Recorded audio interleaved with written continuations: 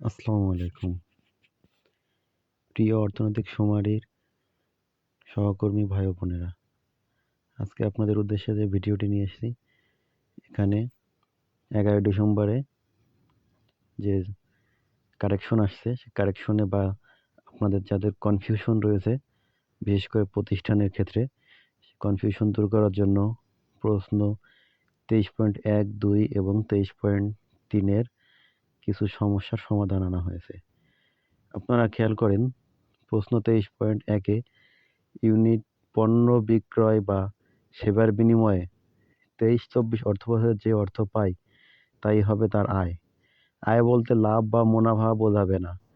আয় বলতে সে কতটুকু বিক্রি করে বা সেবা দিয়ে কতটা আয় করেছে, পুরোটাই হবে আয়। আর সরকারি প্রতিষ্ঠানের ক্ষেত্রে আয় না থাকলে শূন্য হবে। অর্থাৎ সরকারি প্রতিষ্ঠানের যদি নিজস্ব কোনো জমি বা মার্কেট ভাড়া বা গাছপালা বিক্রি বা কোনো পুকুর লিজ দেওয়া বা এরকম কোনো কিছু না থাকে, শুধুমাত্র সরকারি বেতনের উপরে নির্ভর করে, সেক্ষেত্রে আয় হবে শূন্য। তবে ব্যয় যেটা হয় বছরে সেটা হবে। যেমন শিক্ষকদের বেতন, তারপরে প্রতিষ্ঠানের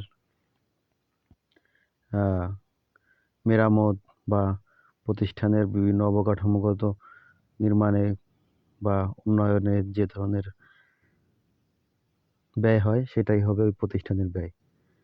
দোকানের ক্ষেত্রেও একই ব্যয়গুলা, বিদ্যুৎ বিল, তারপরে রক্ষণাবেক্ষণ, বেতন, বিভিন্নভাবে যে খরচ করে ওইটা হবে দোকানের ব্যয়।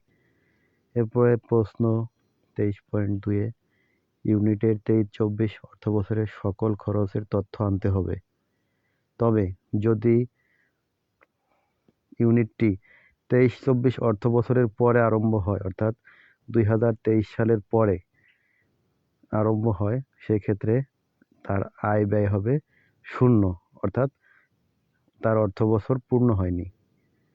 আর আমরা জানি অর্থবছর পূর্ণ হয় ধরুন 23 বছরের জুন বা জুলাই মাস থেকে 24 সালের জুন বা জুলাই মাস পর্যন্ত হবে একটি অর্থবছর।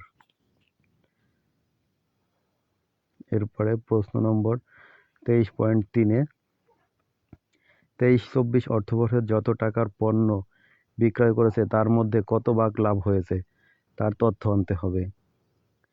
কোনো ইউনিট যদি 4 লক্ষ টাকার পণ্য বিক্রি করে 20,000 টাকা লাভ করে, তবে 5 ভাগ লিখতে হবে।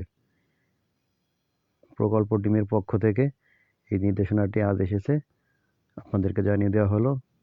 ধন্যবাদ, ভালো থাকবেন সকলে। আসসালামু আলাইকুম।